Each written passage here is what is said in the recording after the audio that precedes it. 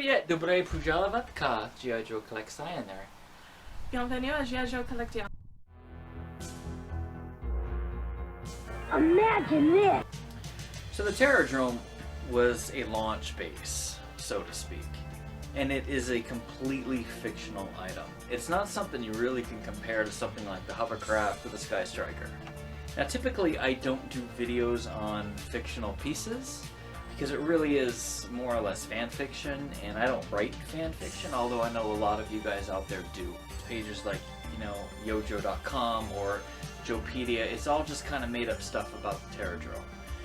So since this page more or less focuses on the collection aspect of it all, I will touch on it for you major fans out there, but I am going to move right into the collection piece soon after. The Terradrome was heavily fortified. It was said to have prefabricated sections so that anyone who could afford to buy something like this could set it up in as quickly as a week. And it can be seen in some of the comic books, and it can be seen in Arise Serpentor Arise in Season 2 of the G.I. Joe cartoons. Then why does G.I. Joe continue to exist and defy me? You guys remember Beachhead went in to try to save Sergeant Slaughter? Well, anyway, all that took place in the Terradrome, so. See how easy it is, Cobra Commander. Dr. Mindbender was trying to use Sergeant Slaughter's DNA to construct the ultimate Emperor, right? Do you guys remember this? Come on now. They went to all of the tombs of like some of the greatest leaders, and one of them got screwed up. Type in the comment below of which one you know it was, but they had to replace it with Sergeant Slaughter's DNA. So long and short of it is Beachhead went to the Terradrome to rescue Sergeant Slaughter. Now a lot of the fan pages like YoJo or Joepedia will not mention this, but the Cobra Terradrome can also be seen in G.I. Joe the arcade game. So next time you're playing that, you're going to go against it, and that's when a flood of shit comes in to destroy you. So you're just going to be gunning away at this stuff, but the Terradrome's in the background, and it's putting up a hell of a fight. So if you ever get a chance to play that game, give it a shot. It's pretty rocking. So since I'm more of the acquisition piece of all of this, I wanted to talk about the fact that, first and foremost, I never thought I would ever get my hands on a Cobra Terradrome. It is one of those things that are expensive, the shipping is astronomical, and coming across one is pretty slim to none, right? So you think. So I was on Facebook Marketplace one day, and I'm just kind of scrolling around, and typically I kind of stick to, like $20, $30 items, things that a blue-collar worker can afford, So I came across this guy, he posted a Terradrome for $40. He said, this completely blew my mind. So after pinching myself and making sure this was real, I reached out to the guy and I said, hey man, is this still available? He came back and he said, yeah. He said that long and short of it is he had a bunch of his brother's stuff from when he was a kid, and he's got to get the shit out of his house. So just come and get it. It was a Terradrome and it had a bunch of stuff in it. I mean, it had oh my god, it just had a bunch of stuff in it, long and short of it, So I ended up not only with the Terradrome, but just a couple of extra pieces as well. So I made the arrangement to drive out to a little town called Littleton, New Hampshire.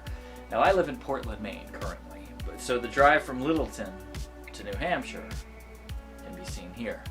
So I loaded up the car for the day. I decided I was going to be taking a road trip all the way out there, and that is exactly what it was. Now I've never been to this little town before, so it was pretty cool. It was a day trip for sure. Anyway, it was a beautiful day. It was sunny. I had the windows down, the radio was blaring. It was a great day to be driving to Littleton. Now living in Maine, you always hear about this thing called the Appalachian Trail. I mean, it's supposed to run from here to like the middle of the United States.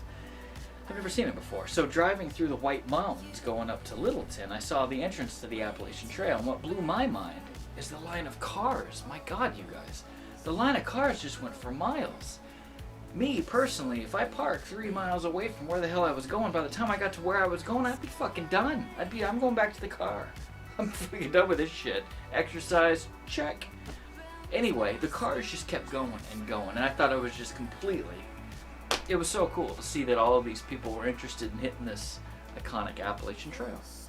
But anyway, I'd never seen it before. So anyway, on I go to Littleton. Made my way into Littleton. It was a small little sleepy town. There's not a whole lot to say about it.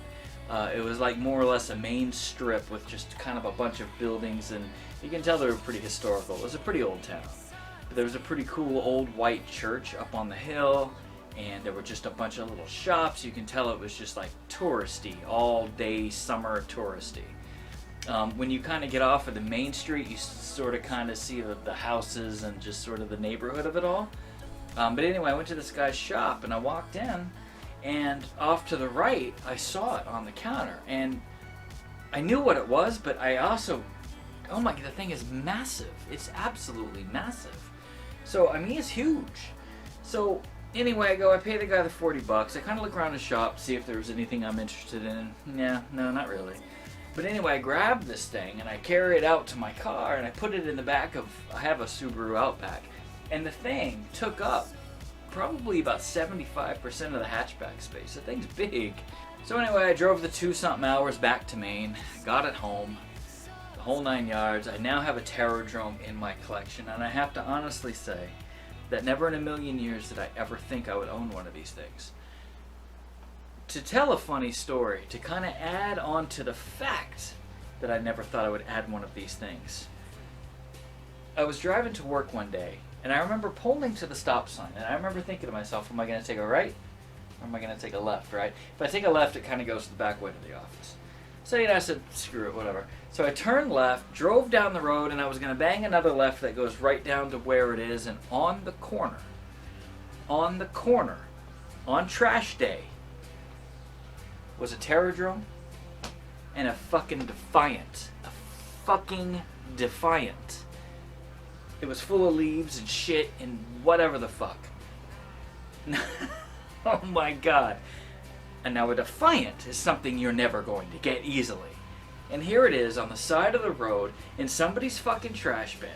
I pull over, I grab that shit, I load it in my car, I grab that drome, I load it in my car. Now I've got 2 dromes. Not 1, 2 dromes. What the fuck?